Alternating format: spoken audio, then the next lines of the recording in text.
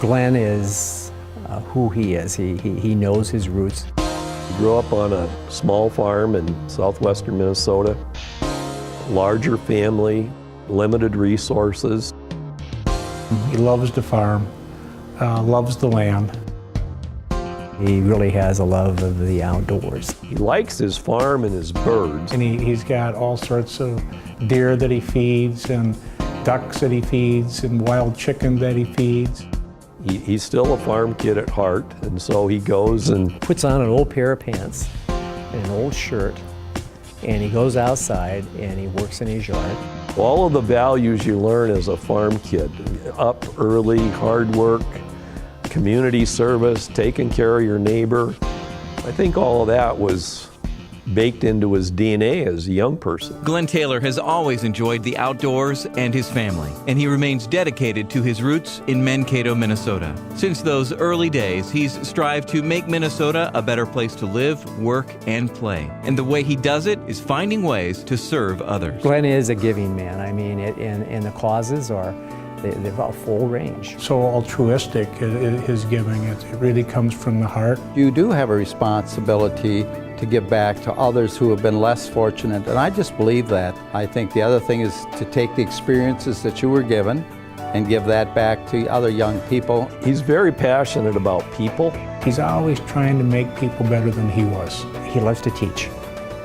And I don't mean teach in the sense of teaching in the classroom, although he certainly has taught often. You know, I do a lot of teaching at colleges and things like that to help young people gain from my experiences. Education is at the heart of Glen Taylor.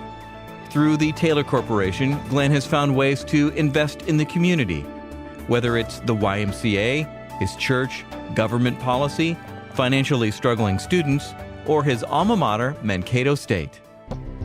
I think in general, he likes to help guide young people, and if they allow, he'll help teach them and show them the ways. What he tries to do is not tell people what to do, but to really coach them on whether it's in business or in their personal life, on how to be a better person, how to be a person of the community. When he's mentoring others, he'll give them the same advice that he might have given himself when he was younger. I think I'm a mentor.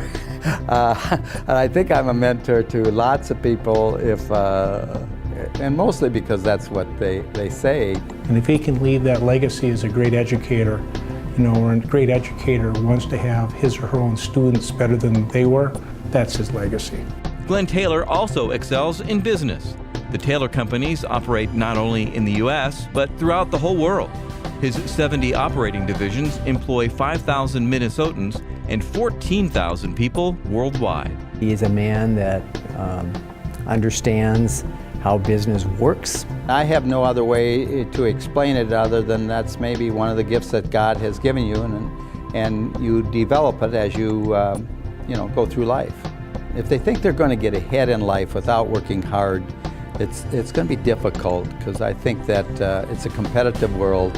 And work hard isn't always hours. It's working smart, using the resources around you.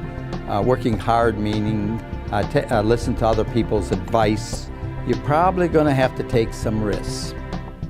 And risks are doing something that isn't guaranteed. And if you have common sense, intelligence, use it. It usually will steer you in the right direction. Glen is a true Minnesotan, a compassionate guy, a community leader, and the type of person that we need more of in our country and in our state.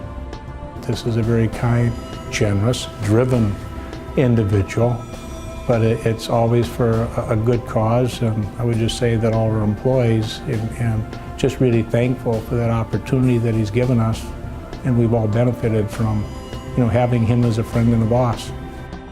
I wish there were more Glen Taylors in the world. The world would be a better place.